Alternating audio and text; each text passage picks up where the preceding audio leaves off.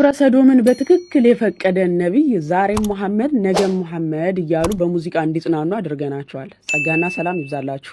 እንዴት ናችሁ?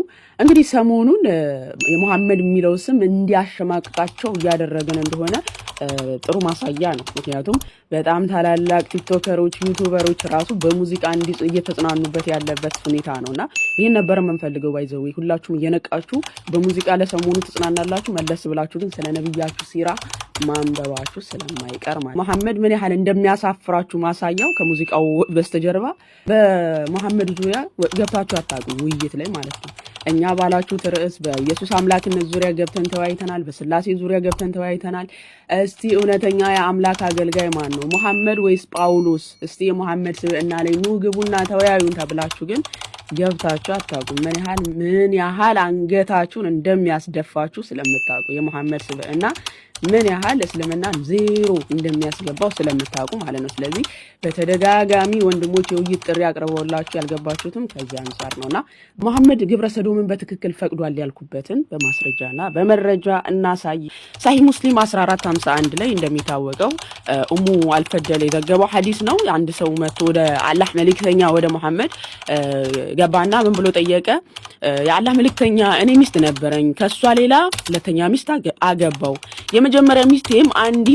የመጀመሪያ ሚስቴም ሁለተኛ ያገባዋትን ሚስቴን ጡቷን አጠባቻት፣ ሁለቴ አጠባቻትና ምን ላድርግ ብሎ ለመሐመድ ጥያቄ ጠየቀ። እንግዲህ ይሄ ሰው ሁለተኛ ሚስት አገባና ከመጀመሪያ ሚስቱ ሌላ ማለት ነው። ሁለተኛ ሚስት ሲያገባ የመጀመሪያዋ ሚስት ቀናችና ጡቷን አጠባቻት ሁለተኛዋን ማለት ነው። እንግዲህ ሴት ለሴት ጡት ሲጠባቡ ማለት ነው።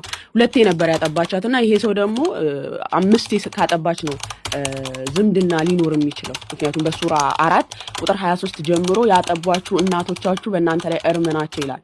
ጡታቸውን ከጠቡ ዝምድና ይመጣል ተብሎ ስለሚታመን ማለት ነው። ማግባት አይቻልም።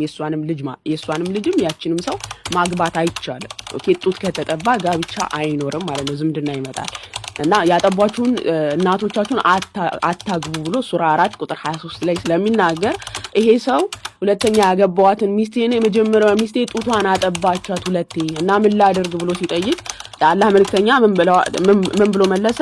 አንድ ወይም ሁለት ጊዜ ጡት ማጥባት ጋብቻን እርማ ያደርገውም አይከለክለውም ብሎ መለሰ ማለት ነው። እንግዲህ ያስቡት፣ ሴት ለሴት ጡት ተጠባብተው ከዛ ወደ መሐመድ መጥተው ነብዩ ሆይ ሚስቴ የሁለተኛዋ ሚስቴን ጡቷን አጠባቻት ምን ላድርግ ብሎ ሲጠይቀው አምስቴ ካልሆነ ሁለቴ ብቻ ከሆነ ያጠባቻት ችግር የለውም ጋብቻችሁ እርማ አይሆንም ብሎ መለሰ ማለት ነው።